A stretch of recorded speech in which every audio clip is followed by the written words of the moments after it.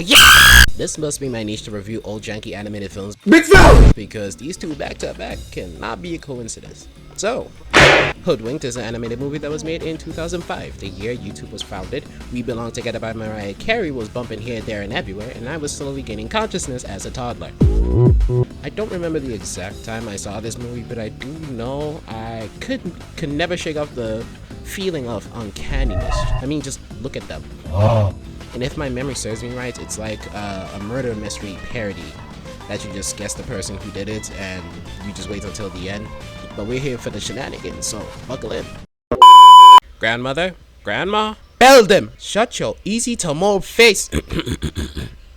Yes, darling, I'm here. Who are you? I'm your grandma. No, you are not. My grandmother is not that ugly. She is built like a Goomba in human form, but not that ugly. I mean, look at you. With those big hands, what are you, the Big Show's brother? Then let me get on them ears. Any bigger and you can hear our next movie's ratings plummet. And them eyes, I can see the stress in them. And for God's sake, you are quite literally covered in fur. Alright, this is stupid. Leave me alone, predator. Wait, do you mean the praying way or the exploiting way? Cause I am not a diddler. Grandma! Oh damn. Who's the German acrobat? Next scene, we see a crowd of reporters asking this policeman some stupid questions. Is the house made of gingerbread, sir? Brother, that is clearly a brick house, or made out of clay. What, there's literally a story about a pig making a house out of sticks. I wouldn't be surprised if that house is made out of paper mache and standing. We enter the home to see our loving main cast. We have Little Red Riding Hood, but she's not so little anymore. The big bad wolf that looks like he took some antidepressants. Granny Puckett, the loving grandmother, and Kirk. Yeah, I don't know who he is, but yeah, Kirk. Yeah, I somehow deleted the movie off my laptop, so give me a minute here. While we wait, here's our sponsor of today, World of Tanks! This movie is my type of humor, which in turn would make it a lot harder for me to make any type of joke, so I asked you to go to your favorite legal movie site to indulge in this masterpiece. Before anyone has been taken down to the station, It's the woods, Chief. We don't have a downtown. a random frog came in introducing himself with a very charged line. That's the problem with you bears. Always grounding up the wrong tree. This is Detective Nicky Flippers, a charismatic, sarcastic frog. Wait, you listen, mate? No. Didn't think so. And my favorite character. They got us all wrong, Mr. Flippers. Oh, I don't know. You look pretty dangerous to me. What's your name? Red. And why do they call you that? They call me Red because of this red hood I wear. What about when you're not wearing it? I usually wear it. Okay, cool, but what is your government? Because you said people call you that. You know what? I'm gonna search up what's her actual name, or if she even has one. Okay, so upon searching for her name, not only was it like the second or third result, firstly, get out of my head, and secondly, apparently she's either named Scarlet Redwood or Blanchette. Yeah, I don't know. While they're bickering, this is where we hear about the goody bandit that has been terrorizing and putting everybody out of business. The police bear thinks it's Granny Puckett, but we have Detective Nicky here on the case to get to the bottom of this, and he has to do that by taking everybody's story. And we start with Scarlet, Blanchette, Red. Yeah, we're sticking with Red. It starts off with Red riding on a bike, and I know it's a title tale that still rings true. I am so sorry. But after flying with birds, we meet our friend Boingo. Aren't you helping the Muffin Man today? Oh, he closed up shop. Someone took all his recipes last night. Now I'm out of a job. I know what you are. Also, don't worry, he's gonna be very common in all these stories. Then Red was riding through town, seeing everybody depressed, and she gets on the phone with her grandmother. But that conversation didn't really go anywhere. Because of the goody bandit, Red suggested that she brings Granny her cookbook, but she said no and hung up. And with that, Red listens to her grandmother and goes home. Yeah, no, you already knew she was halfway up the mountain. Oh, just to let you know, she killed a duck before leaving. I don't care if they say he's okay. This is a forest and those trees are thick as...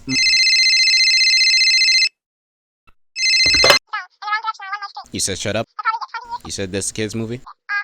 You said that very same duck was driving a car earlier? Type shit. Fuck you! While in the cable car, we see both Boingo and Red, and Boingo's just going on and on about nothing. Do you ever just miss the simplicity of gaming? What are you going on about, brother? You know what I mean, the golden age. Games like Arkham Asylum, Infamous, Bloody Roar 2, Prototype. But what does that have to do with me going up this dangerous mountain? You want more? Crash Bandicoot, Spyro, that one Spider-Man game that was on the PSP with you running through the city. Yeah, I kinda need help finding that. Can anybody in the comments help me? Mobile games is a different realm. There are hundreds of them. Do you know how long I've been waiting on Banana Kong 2? I have done some heinous stuff to get information on that game. It's out, I think. What? Yeah, it's been like 3 years since it came out. I miss you, Mama. After attempting murder, let's be honest, look at that face, Red conveniently hit all these leaves that broke physics to carry her to the ground. She picks up her basket and... Who made this footprint? Your feet must look like these. I honestly hate myself for even searching this picture up. You're going to suffer with me. We see glowing eyes, and those eyes belong to the big bad wolf. He does his normal question of, you got goodies in the basket, with a lot more questions though. And of course, stranger danger, rebook it. But that doesn't matter because Big B teleports and gets pepper sprayed. And remember those service sprays from earlier? We're back in the present, not for long though, just for this. You've gotta admit, a wolf stopping kids in the middle of the forest? That's pretty creepy. Right, yes. But we don't arrest people for being creepy. Yeah, Bruce, know that guy we got in the tank? The creepy one? Yeah, better let him go. Now after Red hikes up this huge mountain, how did you do this? She meets this goat that sings everything he says because he was cursed 37 years ago, but immediately talks when asked a third question, so I'm not sure if the curse is true or not, but it doesn't matter, I like him. Red, using the goat's home phone, calls Granny Puckett, but looking at her little call bubble, you can tell that she is not home, and Granny abruptly ends the call. And through an addicting song, To be prepared, this lesson must be shared. the goat carries Red through the mineshaft, and it's smooth sailing until an avalanche happens, and there is no more track, and they go flying. Use the hood, Red. Huh? Use the hood. Wow, Granny, are you dead? What? No, I'm just following what's up. Why would you think that? I don't know. I thought it was like a Star Wars reference, like, use the Force, Luke, you know? Wait, why are you falling? Just use the hood, please. You're not gonna explain yourself, are you? Nope. See you at home. Red pulls her hood and it becomes a parachute. Just in time, too. And don't worry, the boy's good. So she found Granny's home, and from there you know exactly what happens. So it's the wolf's turn. Upon being antagonized by the two policemen, he must be black. Racism, let's do that shit, huh? We figured out that he's actually a reporter, so all those questions that he was asking Red earlier were for a good reason. I mean, he was wrong, but it makes sense. He's been on the case from the start, and is that boy ballin'? He's been up to all the shenanigans going around town in disguises, and during one of his investigations, he starts to get suspicious of Red and Granny being the only two people in the town not affected by anything. He even dressed up to talk to this Italian sheep that gives him more information on Red. He even told him about the cable car, and he was already there. So after Red's sudden descent to Earth, yada yada yada, he scares her and the chase begins. And during this chase he gets tired and he hails a cab. Why is there a cab out here? I don't know. And he falls into the river, but before that he got whooped, I'm not gonna lie. And apparently the name of this version of Red Riding Hood is named Red Puckett. Okay, that's so creative. I'll name my son Beige Johnson. By the way, my last name is not Johnson. This is just an example. So after getting out the river, Boingo comes out of nowhere to give directions. Convenient, is it not? But apparently the directions that he gave them led them through a cave. And it was on an egg, just to be extra disrespectful. But it does lead them to the rails that were shown to us earlier. And they so happen to get a cart. And while they were riding in the cart, they hear the avalanche. So that means that they're ahead of them in the timeline here, so... Hey boss, I found some candles. Candles in the cart. Okay. Why are there candles on a railway cart?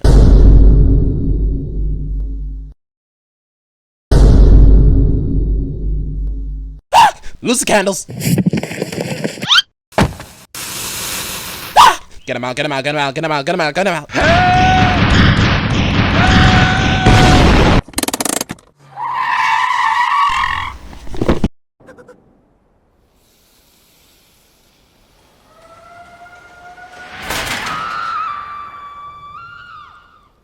Did you hear something?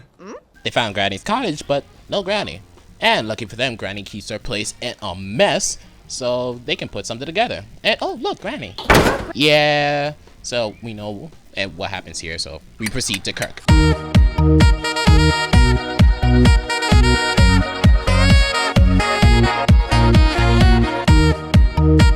Unlike the other two stories, Kirk here is simple to talk about, just like himself. His day was starting off with him doing an audition. His big dream is to travel the world singing or yodeling. I don't know which one. All I know is that I do not like yodeling that much. It's kind of second to opera. I hate it. Actually, no. At least yodeling is funny. Opera is just straight up. I like how this entire scene is just as stereotypical Hollywood people are. Looking for another word here. Selfish. Like, no matter the platform, they're just mostly seen as a-holes. Like, Kirk is told that he'll get a call back, which means no in Hollywood. Like, seriously, dude. Just imagine. Hey, man, I'm just calling to say I'm not doing well. I got no job. My girlfriend left me. I just got back from the doctor. Yeah, man. I'm sorry that happened to you, but can we talk about this another time? I was just in the middle of putting golden rims on my jet ski. Okay, man. We'll talk later? Yeah, I'll give you a call back. Remember when I said this movie has an uncanny feeling? Yes, it's this entire schnitzel scene. It just has me praying more than usual. It's mostly the children that scare me, but Kirk is to blame. But the children? I might just have to pull it out for the one time. After dancing over this hill, Kirk's truck straight up just got pickered. They ran him for his phones. And look who comes out talking. Okay, we all know it's him who's the goody bandit, right? Gee, spoilers. This movie is legal drinking age if you don't shut up. But seriously, even when I was a dumb child, I knew Boingo was it. It's not like they were even trying to hide it. Kirk hears ringing from his phone, and it's actual good news. He got the call back. See, children, never give up on your dreams. Unless it's to be a drug dealer. I'm tired of dealing with these homeless people. Can I get $5? Bro, I have holes in my socks. I am in the same situation as you. The director told him to grab an axe and practice. And well, after hearing that, mass property damage was his best friend because even, look, he destroyed that porcupine's car. I'm gonna need some goddamn counters! Kirk then found this huge tree and started hacking away at it with heavenly music playing in the background. And he was at it for the entire afternoon. Why? You could have just left after you cut 80% of the forest's oxygen supply. But I guess another 10 should do him in good, right? He then heard the scream of Red, and he went and checked it out. And the tree proceeded to fall behind him, and he ended up getting chased by it, and he ended up being on top of it. There's a joke here I can make, but I forgot the name of the sport, so we're just gonna move on. And then he was thrown into the house, and that's where his story really ends. So he doesn't really have that much involvement on what's going on here, and that just leaves Granny. You know that one part of the show or movie that you just mentally check out, but you can still get the gist of it? Yeah, that's this part for me. Okay, I get it. But I'm just tired of the Granny secretly being a badass trope. I know my grandmother, yes, my grandmother, can 1v2 Mike Tyson and Muhammad Ali with no issue, but I am skipping over this part. I'm just gonna try my best to give you the rundown. Okay, how can I speed this up? Remember when Red called her earlier? Yeah, she was lying, go figure. She went to this mountain where a race was being held, and guess who's there? Oh, this little thing will show up later. The race begins, and bootleg Arnold Schwarzenegger and his team of ugly goons tries to murder an old lady. They fail. Granny is finished. Now we go after the little red hooded girl. Red! How did you hear that? Granny Puckett then blows up the mountain with these 2 grenades that she so happens to be carrying on her, and now we know the cause of the avalanche. She then parachutes while standing, not falling, and that's how we saw her doing her best Mufasa impression. How did we not see the chutes or strings earlier? Things have been mostly on point, so I'll let it pass. She goes to the chimney, gets tangled in the ceiling fan, gets thrown in the closet, and then gets her hair full of squirrel nuts. And meet a point. Then they have a talk about trust and Red wanted to go out of the forest and she goes on the sad walk. You might even say Red is blue. I'm sorry, I couldn't help it. I'm sorry. They then have a memory section where Red is being an idiot. What's this? Oh, it says world's greatest grandma. Grandma, I can read. It says Battle of the Iron Cage Gladiators. Granny? Listen, Munchkin, if there are 2 things your granny doesn't do, it's lie and play extreme sports. She just basically told you. She didn't even try to lie. She didn't even try to say it's like your father or something. You know what? I forgot. We were shown that you don't have any parents, so you know she's lying. Then someone steals the basket. Boingo. They then have a talk about the bandit. Boingo. Then they finally find out it's Boingo. Boingo! She could just be another victim of a hungry wolf. Ah, the wolf did it. Talk about profiling. Why should we trust someone who wears disguises for a living? Maybe he's not a wolf at all! You got me. I'm a poodle. Just haven't been to the barber shop in a long time. I love this dude. At this point, Red has already followed him, and the police are going down the mountain to catch them. But our group sees the perpetrators going up the mountain, so now they had to send Twitchy down after the police to tell them that they're going the wrong way, and in a different state. Is that coffee?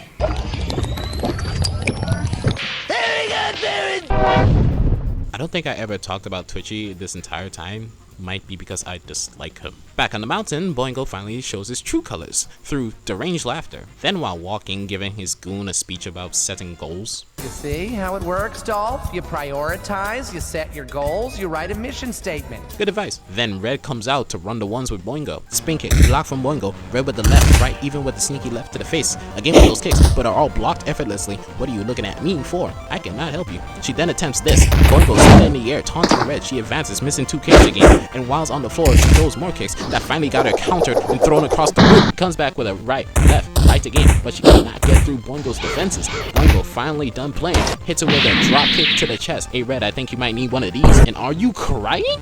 Dolph, tie up the brat. Lisa, hold the book. Vincent, get the truck. And Keith, darn it, change your name, please.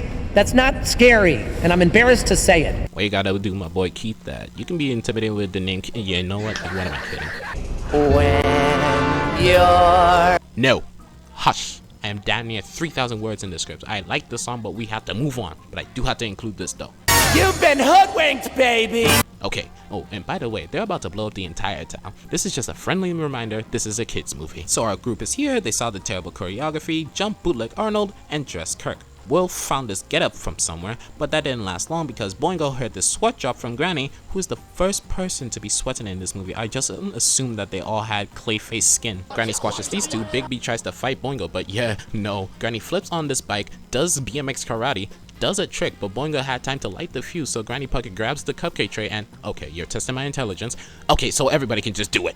Red got out of her restraints, kicks this emergency hatch open, and holds on for dear life. I'm telling you right now, I'm a stubborn person. I don't give in easily. But I sweat a lot. I was gonna have to tank the explosion. Red gets up and sees her Granny. Triple G maces to the cable car and puts down the hood for Red to hold on. Just in time too, she almost became red paste. What material is that hood? Strong enough to swing a fully grown woman? Wait, how strong is Granny Puckett? Wait, how air resistant is that hood? Granny detaches the cable car, letting it blow in the river, but they are still being followed by the goons, but they simply pull their hood, letting them slide right into jail.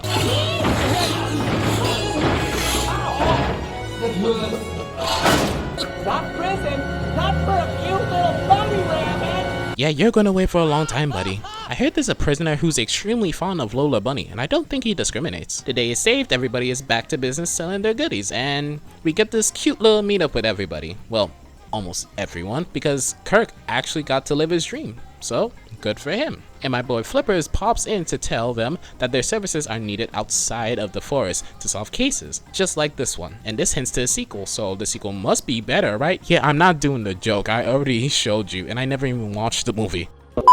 An entire month of editing. But if we're technically speaking here, it's about 2.5 weeks if I wasn't procrastinating for the last time. I do apologize for that. I do need to get better. Oh my goodness, this script was about 2,928 words, and I'm pretty sure it's more because I started improvising a bit halfway, and oh my goodness, I had so much fun with this, if you couldn't tell, but I do have a lot more to learn, and I do hope you enjoyed the video, but god damn it, did recording these voice lines tear me apart. At 5 o'clock in the morning I'm doing this. This is stupid. Oh, and I hope you have a great day and have a good one. Next video is Resident Evil Damnation. Can